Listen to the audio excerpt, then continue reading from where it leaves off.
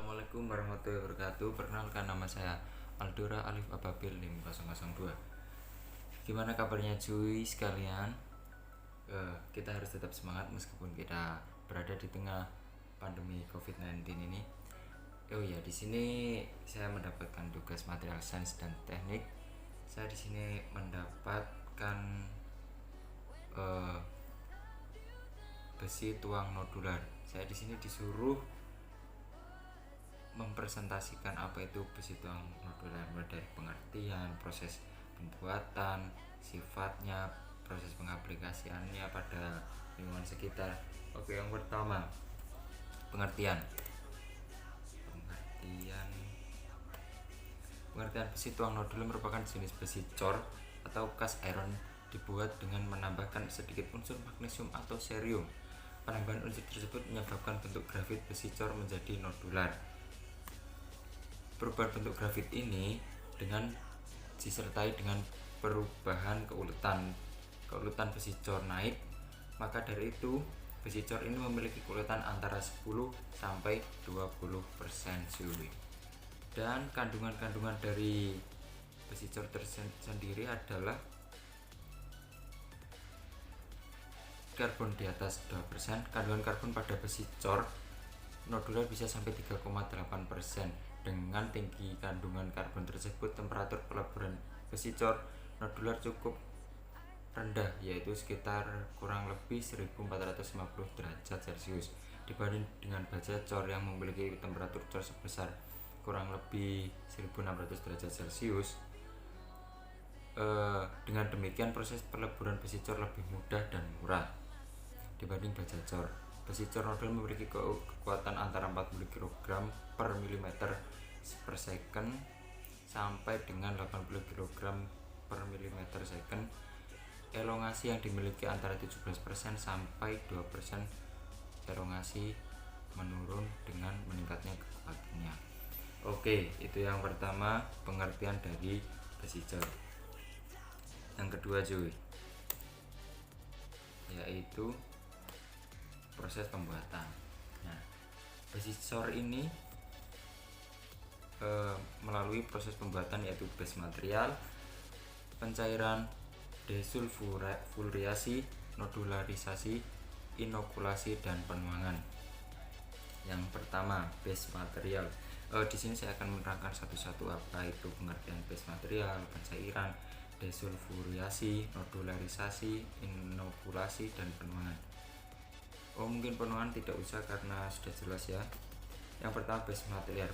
Dalam pembuatan besi cor nodular, oleh karena persyaratan dalam proses nodularisasi yang mengendaki kadar sulfur di bawah 0,03%, maka base material yang memiliki kadar sulfur di atas 0,03% harus diperlukan proses desulfurisasi, yaitu pengurangan kadar sulfur. Terlebih dahulu, untuk pembuatan besi cor nodular, komposisi kimia baik jenis maupun jumlah memiliki batasan tertentu agar dapat dicapai kondisi optimum. Itu mengenai base material. Yang kedua, pencairan. Pencairan. Hampir semua alat pencair dapat digunakan untuk membuat besi cor nodular, seperti kupola, tungku rotari, tungku induksi, serta tungku besar. Kemudian sebagai contoh, tungku induksi dengan kapasitas 80 kg dapat mencapai temperatur 1700 derajat Celcius atau lebih. Komposisi kimia cenderung tetap bila pemanasan terlalu lama, kadar silikon akan naik karena silikon pada furnace ikut larut. Sedang pada tungku rotari, semua komposisi kimia akan berkurang dan temperatur yang bisa dicapai hanya berkisar antara 1500 derajat Celcius sampai 1600 derajat Celcius guys. Karakteristik ini harus kita ketahui dengan pasti agar hasil pencairan yang kita peroleh masih dapat kita kontrol. Tetapi kalau ada penyimpangan, dapat segera dilakukan treatment. Terus yang ketiga, ada desulfuriasi. desulfuriasi sebagai salah satu unsur yang hampir selalu ada dalam besi. Sampai saat ini pengaruhnya belum diketahui dalam pembuatan besi cor nodular. Beberapa opini yang berkembang sementara teorinya belum pasti. Jadi mengenai desulfuriasi ini belum pasti guys, tapi yang base material pencaharian itu sudah pasti. Kemudian ada nodularisasi. Apa itu nodularisasi? Metode proses pembuatan grafit sebagai sampai saat ini belum ada teori sempurna, masing-masing mempunyai keunggulan dan kelemahan. Berikut beberapa teori. Yang pertama, teori batas fasa atau teori gelembung. Teori ini menyatakan bahwa grafit dapat terbentuk hanya bila proses kristalisasi dijaga oleh adanya sejenis batas fasa, dan bila batas fasa ini tidak ada maka yang terbentuk adalah karbid atau diamond. Selanjutnya dinyatakan pada bahwa terjadinya batas fasa diakibatkan oleh kehadiran gelombang CO karbon dioksida dalam logam cair yang timbul akibat reaksi. Kemudian yang selanjutnya ada inokulasi.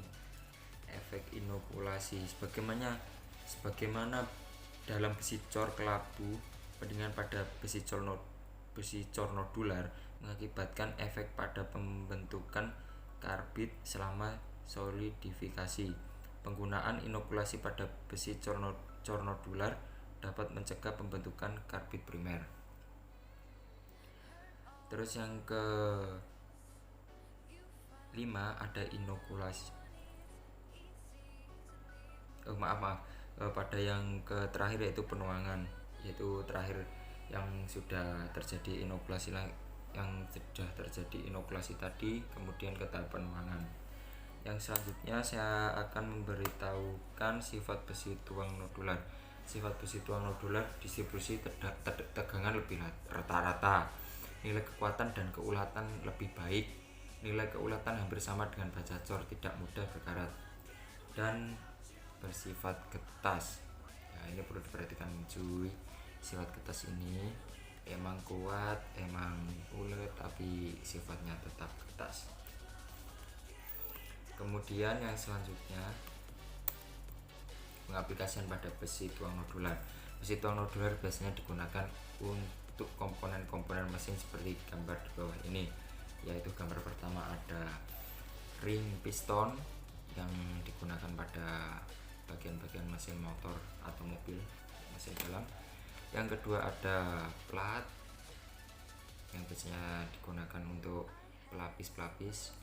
Kemudian yang ketiga ada liner pompa yang biasanya digunakan untuk pipa saluran air ataupun dan lain-lain. Itu informasi dari saya. Mohon maaf ada perkataan yang salah, juga mohon maaf bila ada pengertian yang kurang jelas. Sekian dari saya. Assalamualaikum warahmatullahi wabarakatuh.